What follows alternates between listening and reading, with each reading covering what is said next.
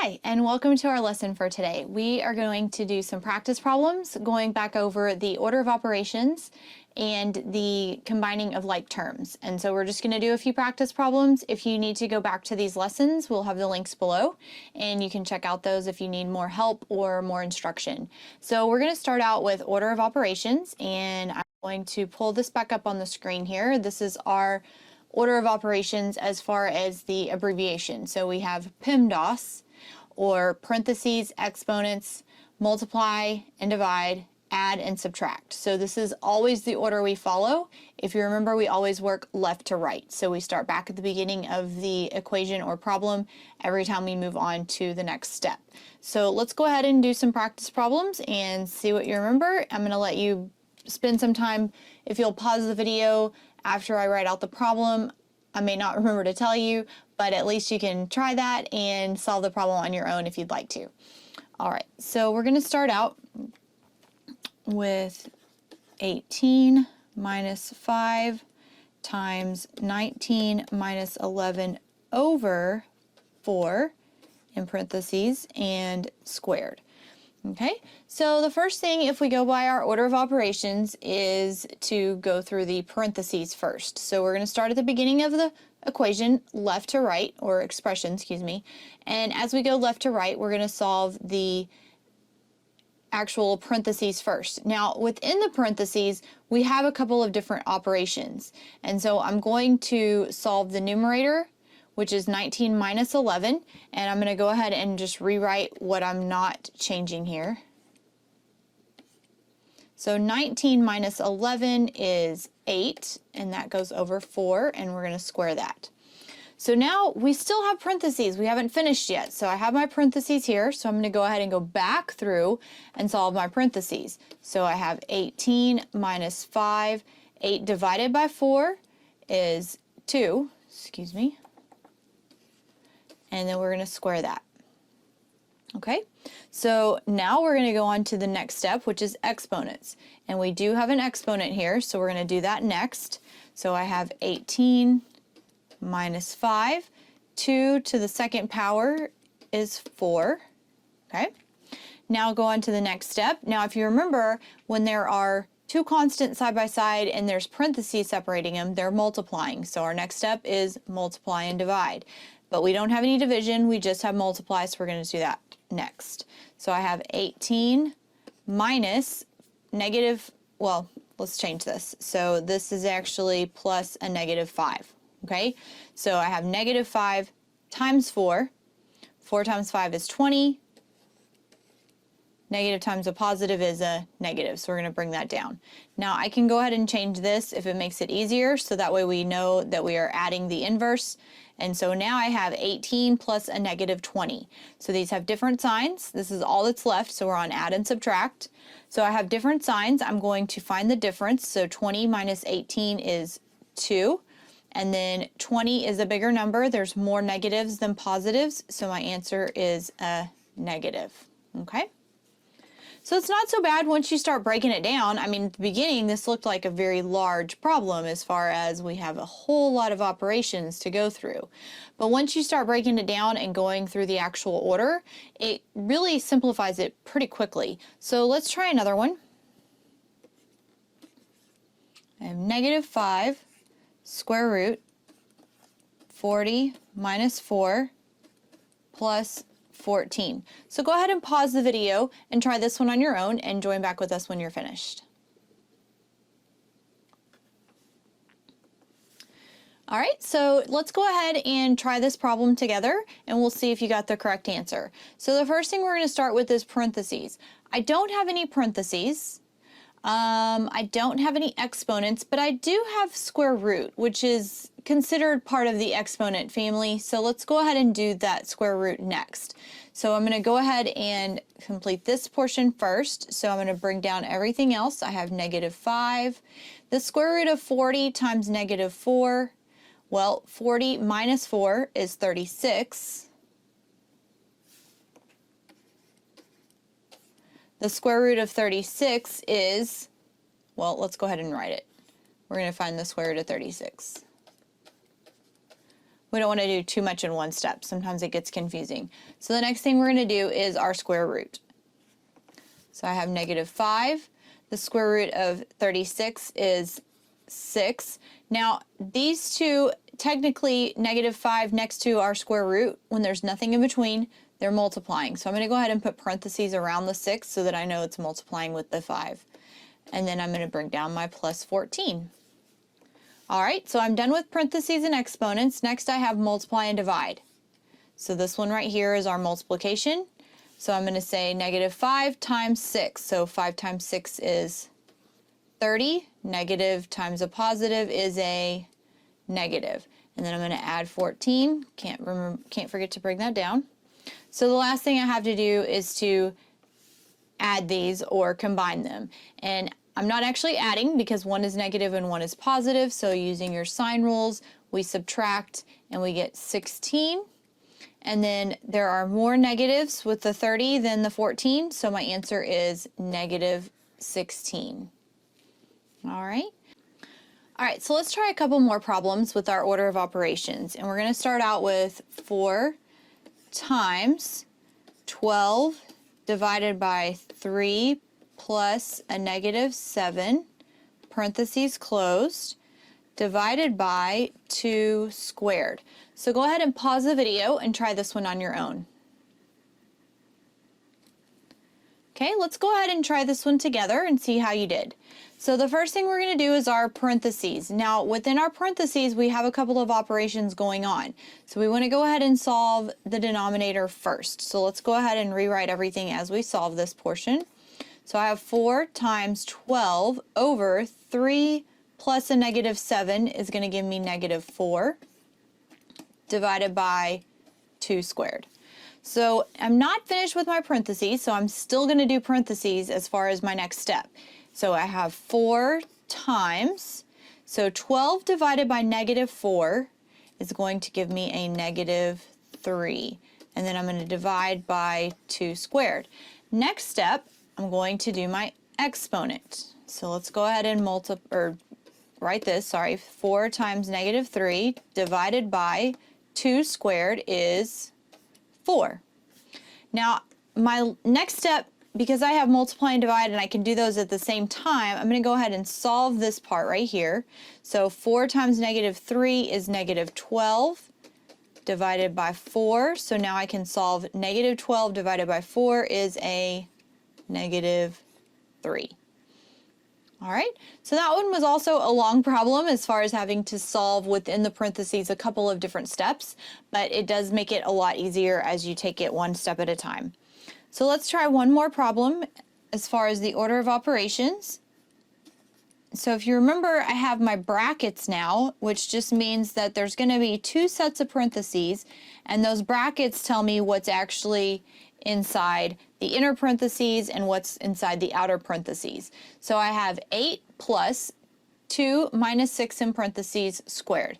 So go ahead and pause the video and try this one on your own.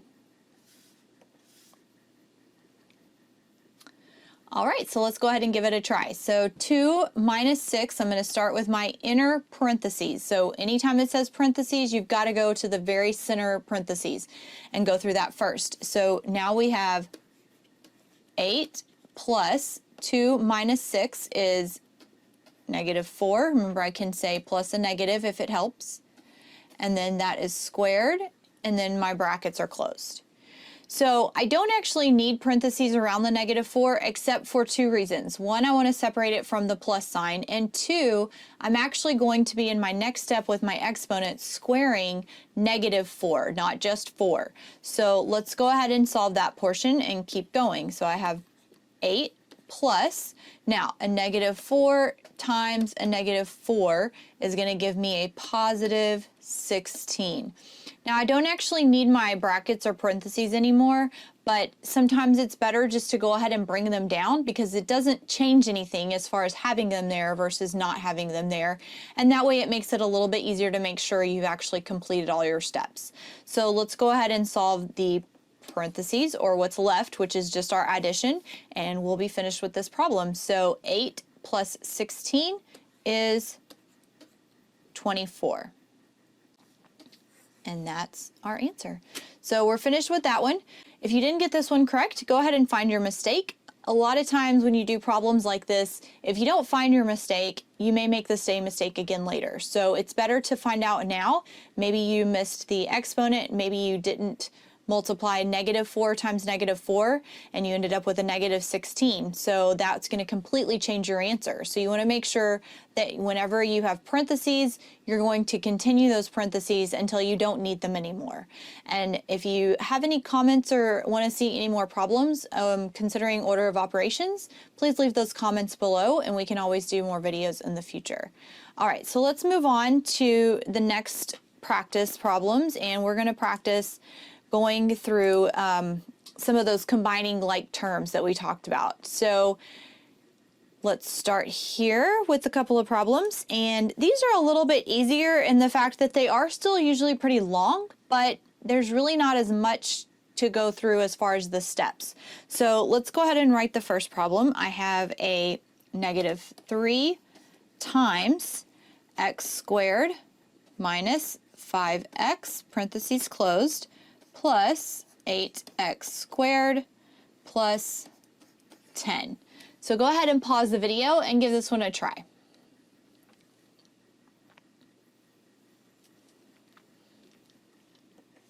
All right, so this is one where we're going to combine like terms. But before we can actually do that, we have one step to take, and that is going to be to distribute our -3. If you remember, you can either add what's inside the parentheses and then multiply by the number outside, but in this case, x squared and 5x are not like terms, so I can't combine those. So I'm going to distribute my -3 by multiplying it with each thing inside the parentheses. So -3 times x squared is -3x squared. -3 times -5x is a positive 15x. And then we're just going to rewrite the rest of the problem here. Okay? So now my next step is going to be combining those actual like terms. And the only like terms I have in this problem are the x squared. So I'm going to go ahead and combine those as I write the next step. Now remember, it's better when you have multiple exponents or exponents in an x to the first power that you always start with the highest exponent and write going down as far as decreasing. So we're going to start out with 8x squared minus 3x squared, which equals 5x squared. And then next we're going to write our x, which is plus 15x. And then last we still have our plus 10.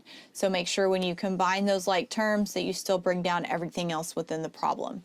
And that's as far as we can go. We don't have any more like terms we can try. So let's go ahead and move on to the next one.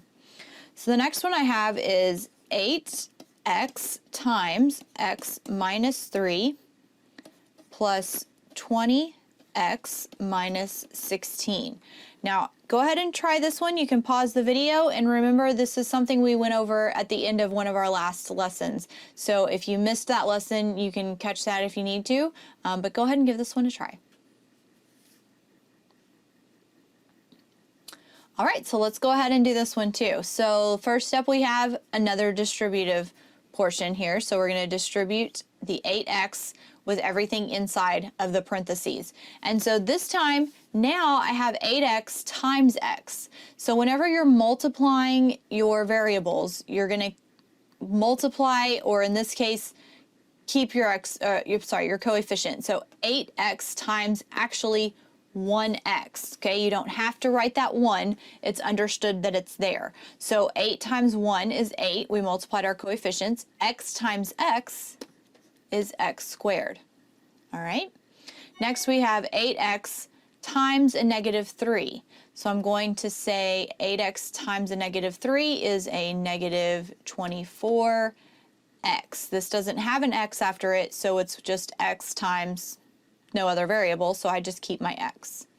And then I'm going to bring down the rest of the problem. Okay.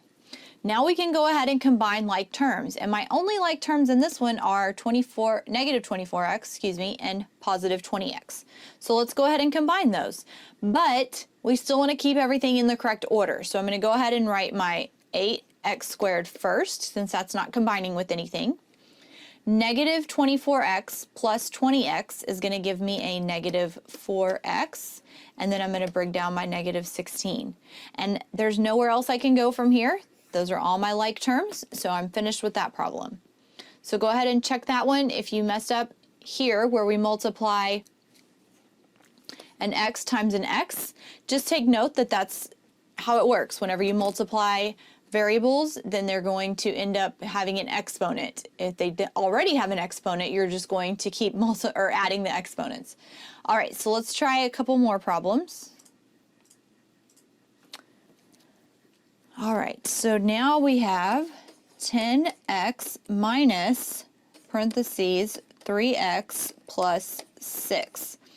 This one's a little bit tricky, so I'm going to let you pause the video and try this one on your own first.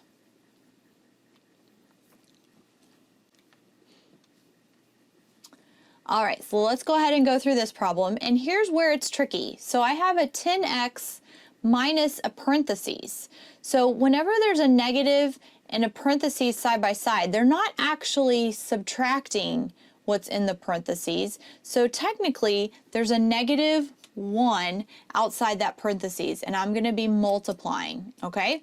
So that means that now I need to take this negative 1 and distribute it with everything inside the parentheses in order to go through my next step. So the 10x just stays the same. A negative 1 times a 3x is a negative 3x, and a negative 1 times 6 is a negative 6. So now I'm going to go ahead and combine like terms, and the only like terms I have are my 10x and my negative 3x. So 10x minus 3x is 7x, and then I'm going to bring down my minus 6. And that's as far as I can go.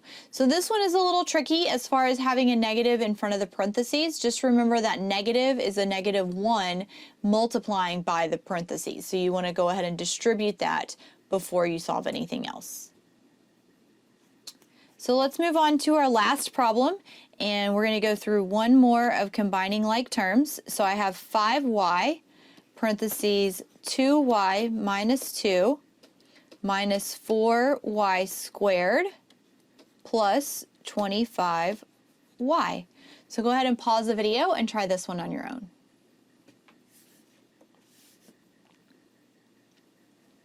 All right, so let's go ahead and give it a try. So the first thing we're going to do is distribute that 5y. So now I have 5y times 2y.